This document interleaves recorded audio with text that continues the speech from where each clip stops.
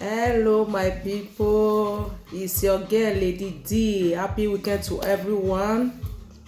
I have a little advice today too to drop for my people, for my wonderful people. Happy weekend. I hope we all are doing great.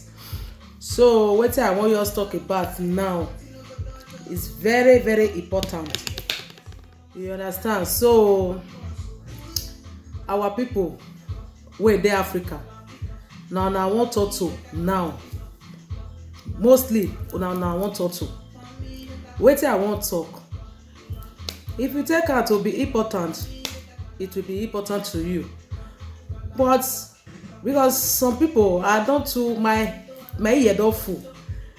At least when dem open business, before you know dem go say the business money don finish, all these things.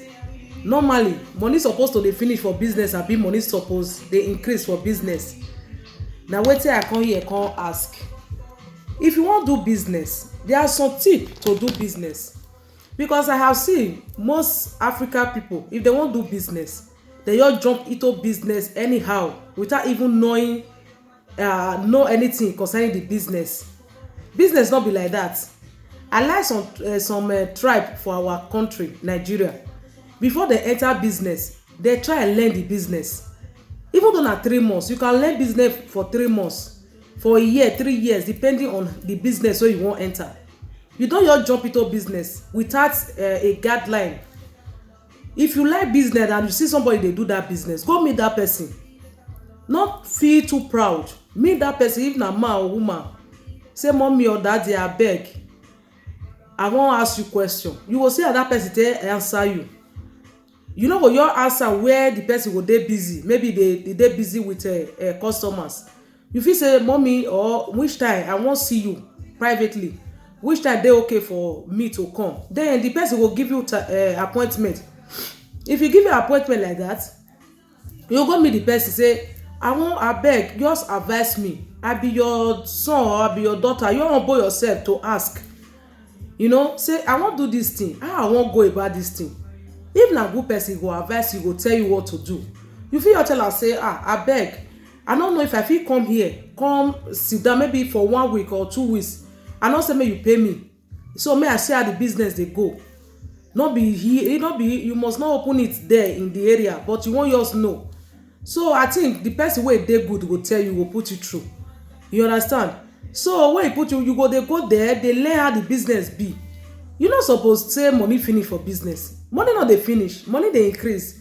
Some people dey start small business, they go dey put hand where their hand no reach. You wan buy car wey you know say your business wey you dey do, car no be even investment. If car na investment, we wey dey Europe, we for don get many cars. Even here for Europe, if you dey work, salary dey come every month. You fit go auto house, tell them say drop your income, the statement of your bank account. They will give you any car you need. Now your head, the debt go dey, you go dey pay, you must pay it. You will not run away with their car or their money. You understand? But Africa, mostly my country, Nigeria, una you believe say na car, if you don get car, you don be big boy or you don be big girl. No. If car come spoil, that means the money wey you invest for business, then you take repair that car. Car no be investment at all. I tell you. To me, or maybe everybody get your personal opinion, but to me, car no be business, not be investment. You can buy car anytime. If car, even here, car 500 euro, that is 200,000 for Nigeria, you will see good car buy. 1,000, you will see good car buy. You understand? But that will not be our problem. Now people wey dey home be our problem mostly. The money wey we dey get here, the work wey we dey work here, if we say more we dey live without money, we were even there too comfortable. You understand? We will dey go holiday anyhow what we want. Some of our people, some of our guys, when they come here, they not even dey travel. They only dey the country where they won't travel na Africa. So because of the people wey dey home, like that they do any small thing, they will send the money home. And people wey dey the home, they no go see value that thing.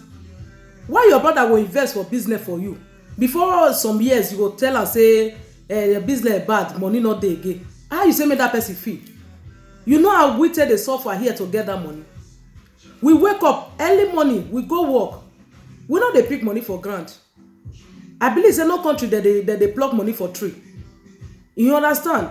If somebody invest on you, and before somebody invest on you, what you will do for yourself, try you see first some capital. If you want start business of maybe 50,000, let me put it that way, at least have 10,000 on your own. Not just sit down make person come invest put for your hand, because that kind of investment you no go take am serious. If your money there, you no wan lose your money, you don't spend anyhow when you are a business person. You always spend to invest more. You understand? Some people there when they get IQ of business, they will get one small bit, before you know it they will expand. You understand, my people? And another second thing wey I wan quick talk about, mostly people wey dey house now they talk, will say your senior brother because he's there abroad, say you be your senior brother responsibility. Who tell you? If your brother wey don travel won't do not help, he won't help you. You not be anyone. You not be anyone responsibility. If as I'm here now, the only responsibility I will say is my responsibility. Responsibility is my parents. You understand? Everybody is struggling to make a living. Don't you bring your own stress and put it on top of me. You say, yeah, I be your responsibility. Who you help? We are always supporting you people. You people should be appreciating us. You understand? Some people they go there as they say, brother, no settle me, I no go do anything. Settle you for what now? He owe you, or you give am loan, or you give am credit. Even you wey dey even dey talk that thing comot for man sef. When brother or sister dey travel, your shit not even dey. You no fit contribute anything. People wey dey Europe, if you want to beg them something, just you have to be loyal. Don't force them to collect something from them. It's not working that way. You understand? We stress, we work hard to make a good living. Government not just stay here, they dash us money without anything. You work for it, you work for your money. If you're in Africa, somebody invest in you, please make use of that investment very well. Not say, may I dey flex the money. If the money finish, I will call my brother, I will call my sister. My dear, you know the I don't ah God. Because some people they don't even give them money for business more than 3-4 times. And they will just see business because that person is driving a car. They will say, okay, this business money though. Now I made this person they drive car. So may I quick run enter this business. You have to learn business. They learn business, they not they jump into business. Because business alone is not an easy thing you can just jump into.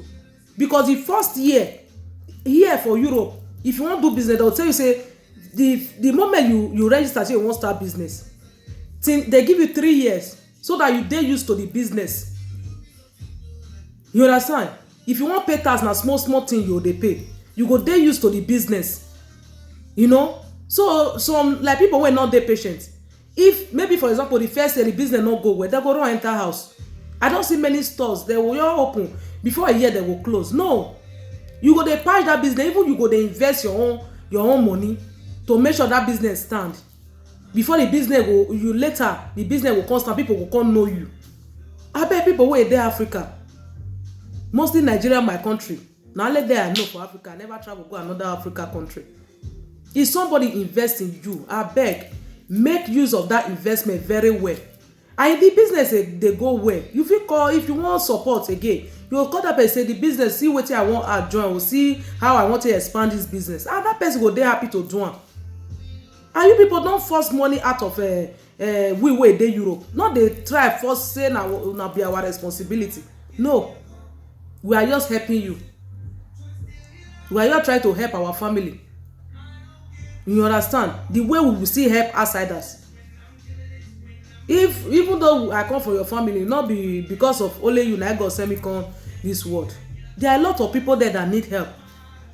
If I still give you, I will still get to give them.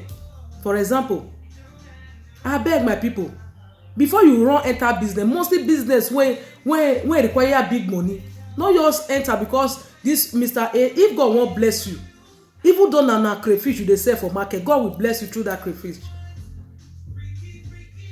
Not be follow for business. Some people do follow for church, they do follow for business, they do follow for friendship, everything follow. And some people there they will show na audio money, na think say na so life be. my dear, who dey work, who know I take dey sweat work, dey sweat for im money, e no go dey do all this rubbish. Make una be careful. I love you all. Have a wonderful weekend. One love to my people. Thank you.